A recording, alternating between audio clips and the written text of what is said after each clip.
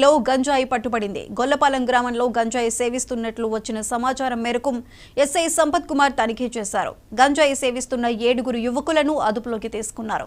మరో వ్యక్తి పరారయ్యాడు. వారి నుండి 700 గ్రాముల గంజాయిని పోలీసులు స్వాధీనం చేసుకున్నారు. అదుపులోకి తీసుకున్న 7 ఒకరు మైనర్ గా గుర్తించారు. కేసు నమోదు చేసి నిందితులను కోర్టులో హాజరుపరిచారు. Doctor BR Ambedkar Konaseema district రాజుల సర్కిల్ అండి. ఈరోజు నేను ఈ మీడియా ముఖంగా తెలియపరుస్తున్న విషయం ఏంటంటే, నేను గంజాయి కేసు రిజిస్టర్ చేశాను.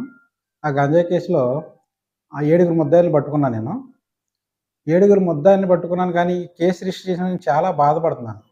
ఎందుకంటే గంజాయికి బానిసలైపోయి వాళ్ళ ఆరోగ్యం పాడు చేసుకుని, వాళ్ళ కుటుంబ వ్యవస్థ పాడు చేసుకుని, ఆరోగ్యం పాడు చేసుకుని, ఆర్థికంగా, ఆరోగ్యపరంగా, వాళ్ళ కుటుంబ పరంగా, సామాజిక పరంగా అన్ని విధాలుగా వాళ్ళు కోల్పోతున్నారు. వీళ్ళు కూడా ఏ వయసు వారు ఉంటున్నారంటే 18 సంవత్సరాల నుంచి 30 సంవత్సరాల లోపు వాళ్ళే ఉంటున్నారు. ఇది ఏంటంటే, ఇది మా ఇంటికి సంబంధించిందో, లేదా మా గ్రామానికి సంబంధించిందో, మా జిల్లాకు సంబంధించిందో అని అనుకోవద్దండి. ఇది మన దేశానికి సంబంధించిన సమస్య. ఇది దయచేసి ప్రతి ఒక్క బిడ్డ కూడా, ప్రతి ఒక్క తల్లి కూడా, ప్రతి ఒక్క కుర్రోడు ఎవరైనా సరే మీ దృష్టికి వస్తే, అంటే వాళ్ళు జైలుకి వెళ్ళిపోతారని కాదు, కానీ దీన్ని మనం ఈ స్థాయిలో అరికట్టకపోతే రేపొద్దున మన భారతదేశం మొత్తం ఎలా అయిపోద్దంటే యవనస్తులు లేని దేశం కింద అయిపోద్ది. మనం అంతా చాలా బాధపడతాము.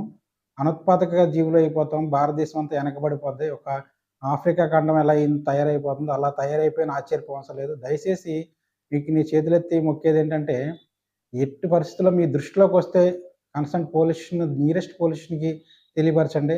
ఖచ్చితంగా వాళ్ళ మీద యాక్షన్ తీసుకుంటాం. అంటే యాక్షన్ తీసుకోవడం అంటే వాళ్ళ మీద కేసులు కట్టేయడం కాదు, వాళ్ళ యొక్క స్థితిని బట్టి కౌన్సిలింగ్ ఇవ్వడం, ఎడిక్షన్ సెంటర్లోకి తీసుకెళ్ళి వాళ్ళని డీ అడిక్ట్ చేయించడం, వాళ్ళ యొక్క